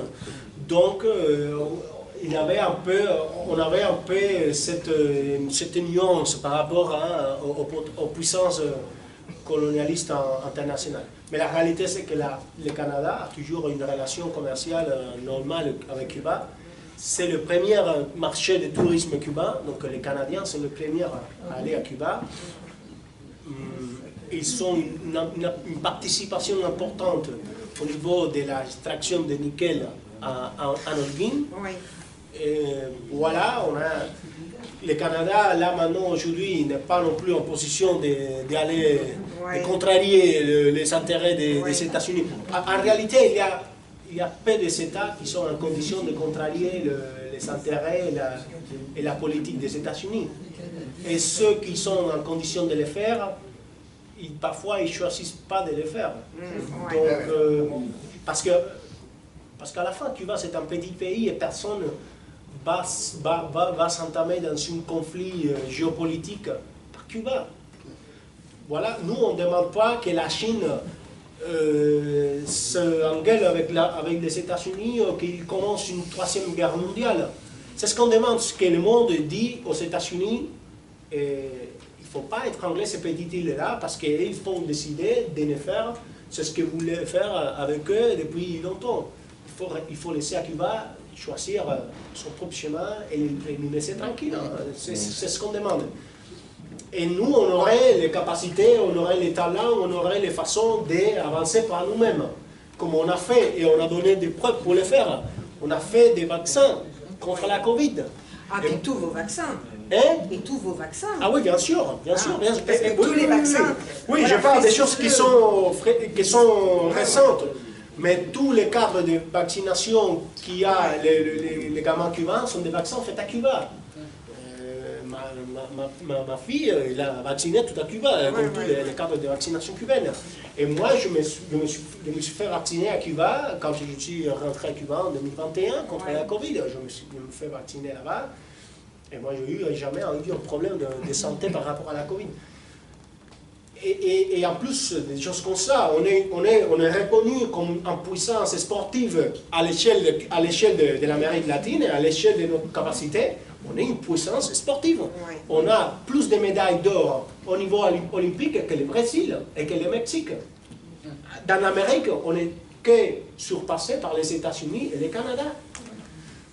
Et on est une puissance, on est un pays qui a arrivé à bâtir une culture qui est importante. On a un Valais qui est importante. À Cuba, les gens se disent comment c'est possible que les Valais cubains, qu'il y a un premier Valérien cubain qui soit au Valais des Royaumes-Unis, au Valais parce qu'on a, depuis 1959, on a mis l'éducation, la culture, les sports, la santé au cœur de notre système. Et c'est ça qui est un problème pour les Américains. C'est ça. Il n'y a pas eu de miracle. Vraiment, la force du système cubain, c'était ça. C'était que pendant des années, on a mis tout ce qu'on avait en fonction de la population, en fonction des gens. Mes parents, c'était des paysans qui vivaient à la pleine campagne. Hein. Et ils ont vu leur vie changer car la révolution y a trop fait. Donc ça a été la même chose pour des millions et des millions de Cubains. Là maintenant la situation est vraiment compliquée. On a des jeunes qui n'ont pas vécu le monde d'avant 1959, n'ont pas vu qu'est-ce que c'était la révolution, comment Cuba a changé. Et ils se disent, est-ce que la révolution c'est ça? Des pénuries matérielles, des coupures d'électricité. Et c'est difficile à expliquer ça, hein? C'est difficile à dire. Et non, ce n'est pas la révolution, c'est pas ça. La révolution c'est l'éducation gratuite jusqu'au niveau supérieur, c'est l'accès à l'université sans aucune condition qui ne soit pas de l'ordre académique, c'est l'accès à la santé, c'est l'accès à l'esport, c'est l'accès à la culture et tout ça. Mais ça, c'est vrai que ça ne suffit pas. Il y a des besoins qui sont légitimes. Nous, on ne nie pas qu'il y a des besoins qui sont légitimes. Et nous, on est les premiers à reconnaître qu'il y a des besoins, que le peuple cubain a besoin des choses, il ne s'agit pas des souhaits petits bourgeois, non, il s'agit des besoins légitimes. Mais quand il n'y a pas de façon de comment les résoudre, c'est difficile. Donc les gens, ils sont de temps en temps mécontents par rapport à ça. Voilà un peu la complexité de mon pays, mais là maintenant c'est beaucoup plus difficile. Les scénarios, pour finir avec un peu d'optimisme, parce que j'imagine bien que vous savez, les Cubains, ils me racontent un scénario de chaos pour demain. Les scénarios les plus optimistes, ça serait qu'on puisse avancer sur des intérêts de dialogue avec les États-Unis, c'est-à-dire qu'on puisse entendre sur des différents sujets et qu'ils finissent par se sentir satisfaits de ce dialogue sans besoin de nous bombarder. Mais ce dialogue-là, ça passera pas sur les questions de notre système économique, politique et social. Tout ce qui est négocié l'ordre de notre pays, l'ordre domestique de notre pays, c'est hors de la table. C'est déjà dit, et redit, et recontradit. Si vous venez avec l'intention de qu'on passe au capitalisme de manière, je ne sais pas, une transition vers le capitalisme, ça ne va pas arriver. Ça ne sera pas le cas dont on finira cette négociation. Par contre, si vous voulez qu'on se mette d'accord sur comment on peut bâtir une relation économique différente, sur la même base qui est pour tous les hommes d'affaires du monde entier, venez. Mais la question, c'est que la même loi américaine ne permet pas aux hommes d'affaires américains de venir aux États-Unis. Donc, s'ils veulent parler sur ça, ils doivent commencer par révertir toutes ces lois qui sont de l'autre côté. Voilà les schémas. Et au milieu de tout ça, voir si à la fin de l'année, novembre, quand il y aura lieu les élections de mi-terme aux États-Unis, qu'on sait déjà que ce serait certain qu'il va perdre la Chambre des représentants, c'est-à-dire l'Assemblée nationale américaine, et que la composition du Sénat, ça va, même si ça ne tombera forcément dans les mains des démocrates, mais ça va aller en diminuant leur participation au Sénat, la participation des sièges des républicains. Ça pourrait donner une dynamique différente au niveau des États-Unis, que le président soit soumis à des processus d'impeachment tous les 3 semaines parce qu'il est incompétent, et on voit qu'il est clairement il est incompétent, et qu'il puisse finir par une situation de ne pas s'en aller vers Cuba. Mais ça c'est le scénario de longue durée, de long terme. Pour le court terme, c'est un scénario bien compliqué. Bien compliqué. On le souhaite en tous les cas. Ouais. Obama avait un petit peu desserré le garrot du temps de ses mandats. Oui, bien sûr, un petit peu. Ouais. Un petit peu. Un petit peu. Il avait laissé, il avait élargi. La politique des États-Unis à l'égard de Cuba, c'est quelque chose d'incompréhensible. Si vous, en tant que citoyen américain, vous voulez venir à Cuba, il faut demander une licence. Ces licences doivent s'insérer au niveau de la culture, au niveau des sports, au niveau de la science. C'est pas je décide de voyager à Cuba, je prends un visa et je le fais. Obama, il a élargi ce numéro de licence, donc il a eu plusieurs Américains qui ont venu à Cuba à cette époque-là. On avait bâti les premières entreprises conjointes sur le plan de la biotechnologie, parce qu'il savait qu'il avait des produits cubains qui étaient vraiment avancés sur la question des cancers des poumons, sur la question du pied diabétique et d'autres.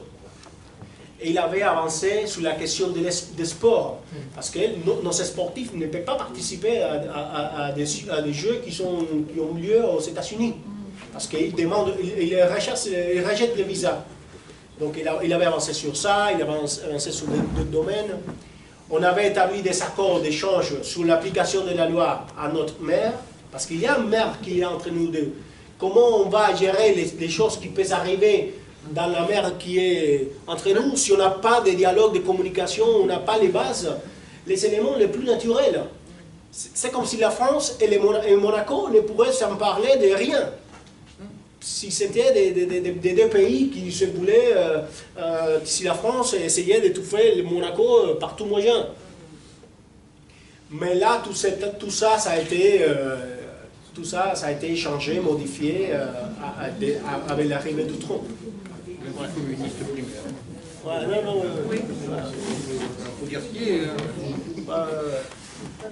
Je voudrais juste dire un petit mot qui me semble aller vers quelque chose de positif. Pas forcément que pour Cuba. Mais en 1959, effectivement, il y a eu cette révolution. Mais entre 1959 et les années que nous vivons aujourd'hui, je parle de l'Europe, on a eu une bataille anticommuniste forcenée, et qui fait que tous ces pays-là, et entre autres Cuba, on l'a toujours dénigré et repoussé, et finalement, c'était que la dictature, on ne la voyait que comme une dictature. Finalement, aujourd'hui, qu'est-ce qui se passe? On a l'impression que le monde se retourne. C'est-à-dire qu'en voyant ce Trump titiller cette petite île qui est Cuba et qui résiste depuis des années, les gens sont obligés de se poser la question de savoir, mais c'était quoi cette révolution de 59? C'était qui Fidel Castro? C'était qui le Che? Et quelles sont les idées qu'il défendait? Et je pense que toutes ces idées sont en train de remonter, et j'espère que ça sera une bonne leçon pour nous en Europe. Et ça fera peut-être avancer aussi les choses. Oui, il faut espérer. Toujours optimiste. C'est bien, c'est bien. Oui, 1959, c'est pas la date où la révolution a été faite, c'est la date où elle a commencé. Ah oui, ça, bien sûr. 59, c'est la prise de pouvoir. Oui, c'est ça. Du pouvoir par un gouvernement qui a entrepris de faire de la révolution. Et elle n'est pas encore accomplie. Et n'est pas Bien sûr, ben non, jamais. Hein? Bien sûr. C'est un mouvement réel, hein, donc oui, jamais. D'autres questions peut-être? Il n'y a plus de questions? Est-ce qu'il y a un moyen de témoigner sa solidarité pécuniairement, financièrement, à Cuba, à l'occasion de cette réunion? Bon, d'abord, il y a l'association. Oui, si vous voulez vous mettre en relation avec l'association, c'est bien. C'est un adhérent. Il y a une caisse, voilà, hein, il y a une caisse de solidarité. La trésorière fait tomber même. C'est la trésorière. Et en dessous de la forme, il y a écrit solidarité. Voilà. N'hésitez pas à mettre ce que vous pouvez mettre. N'allez pas au-delà de vos moyens, mais n'hésitez pas à en mettre une partie quand même. Il ne faut pas sous-estimer l'importance des petits gestes. Je vais raconter une histoire personnelle. J'étais en France entre 2017 et 2021. J'ai fait ma mission, ma première mission ici en France. J'étais un très jeune diplomate. Je m'occupais des affaires des coopérations académiques. Le monde de la relation académique entre la France et Cuba est tout à fait important. Hein. Il y a des liens entre des universités, des centres de recherche, l'Institut Fanley cubain, il y a des bonnes relations avec l'Institut Pasteur, les CNRS, il est présent à Cuba de différentes manières. Et quand je suis arrivé à Cuba en juillet 2021, il y avait la campagne de vaccination contre la Covid à Cuba qui était déjà avancée, mais c'est fait. Mes parents, ils sont vaccinés avec des seringues qui étaient achetées par la solidarité française.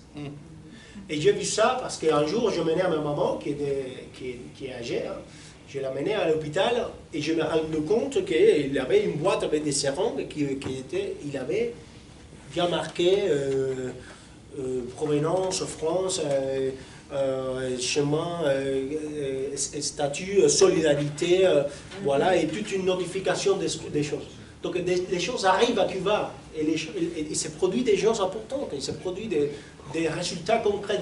Ça, tout ce que vous faites, à 2 € qui coûtaient les seringues, la récolte des seringues qui s'était faite en 2020, que toutes les associations ont participé, les associations ont participé, ça aboutit à envoyer des millions et des millions de seringues à Cuba, dont la population cubaine a profité pour se vacciner contre la Covid. Voilà un peu, vraiment le réel de l'association, voilà le réel de la solidarité avec Cuba. Oui, parce que Cuba avait son vaccin, on a 5 d'ailleurs, hein. 5. On avait 5 candidats vaccinales, donc on a fini à en avoir 2 qui étaient tout à fait compétentes. Il y avait une 3e de ces 5 candidats qu'on a utilisé comme renforcement.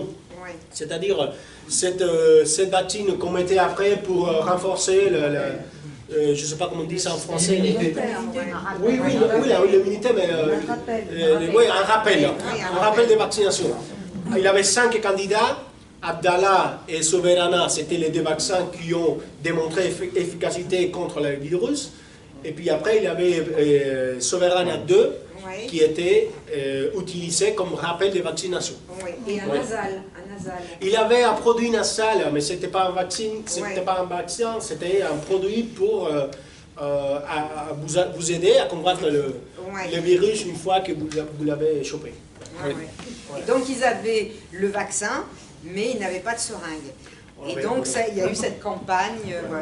D'ailleurs, un des matériels qu'on demande, qu'en tout cas on communique une fois que nous a demandé qu'est-ce qu'il faudrait acheminer là-bas, de tout ce qui est matériel médical jetable, réutilisable et jetable, ça c'est important. Parce que ça, on doit l'acheter au marché international. On n'a pas de production de seringues importantes.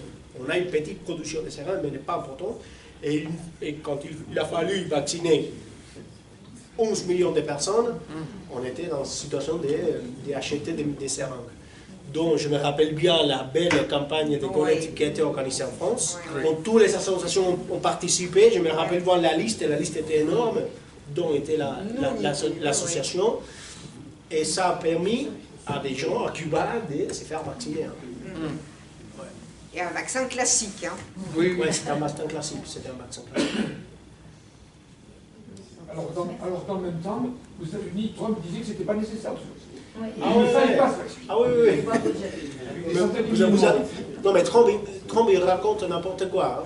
Il a dit qu'il avait entendu parler qu'à Cuba, comme il n'avait pas de paracétamol, les gens n'avaient pas de maladies de la tête, parce que comme à Cuba il n'y a rien, et le paracétamol produisait des maladies de la perte de la mémoire. À Cuba, il avait entendu, il avait lu, je ne sais pas où, qu'à Cuba, il n'avait pas ce problème-là parce qu'il avait du paracétamol.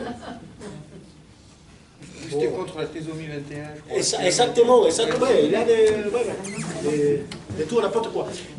L'autre jour, il a dit, c'est incroyable, hein? Et Cuba, c'est un beau pays, il n'y a pas presque des ouragans. Ah ouais. Le même jour qu'il a dit, j'aurais l'honneur de mettre les mains là-bas, il avait dit, c'est un beau pays, il y a des plages excellentes, il n'y a pas des ouragans. On a des ouragans tous les ans, et après, de temps en temps, il y en a trois ouragans par an. C'est un ignorant, on sait bien que c'est un ignorant des premiers plans. Mais c'est dangereux, il est dangereux. Oui, il est très dangereux. Enfin, de toute façon, même nos Européens, hein, nos gouvernements européens sont déjà le nôtre, hein, vraiment très dangereux. C'est devenu vraiment... D'autres questions? Peut-être quelqu'un veut un petit mot pour la fin? En Espagne, dimanche, les rues étaient noires de monde contre la guerre et contre la haine. En France, on ne le voit pas. Donc il n'y a pas que le gouvernement quand même. Oui, non mais c'est vrai. Nous, on est... il y a une belle manifestation. Très belle. Hein. Et c'est pas la première. Hein. Non, en Espagne. Il n'y a plus de questions? Peut-être que tu veux faire un petit mot pour la fin? Un petit mot pour la fin. Écoutez, Augusto, je crois qu'il vous a vraiment... il a répondu à toutes vos questions, il a balayé l'horizon. Vraiment, on peut vraiment l'ovationner parce que...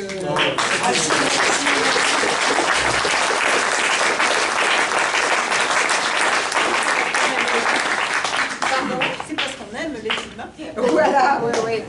Et donc, moi, je continuerai pour la solidarité, parce que vous voyez ce que vient de dire Augusto, notamment pour les seringues. Nous, chaque année, on en achète, modestement, mais on en achète. Et donc, on vous invite à la solidarité. On a quelques objets artisanaux. On a une boîte de solidarité. Et vous pouvez être certain que tout va au peuple cubain. Voilà. Alors c'est dommage parce que j'avais quelques petites diapositives, petites vidéos, et puis Pierre n'a pas pu faire fonctionner. Mais s'il y en a qui veulent regarder sur mon téléphone... Avec la prise, on peut pas... Non, mais il ne fonctionne pas, son ordinateur. Et parce que chaque fois, je fais des petites vidéos des donations, en même temps des donations que je fais, pour les adhérents, bien sûr, hein, c'est la moindre des choses. Donc, les cabinets médicaux, l'école.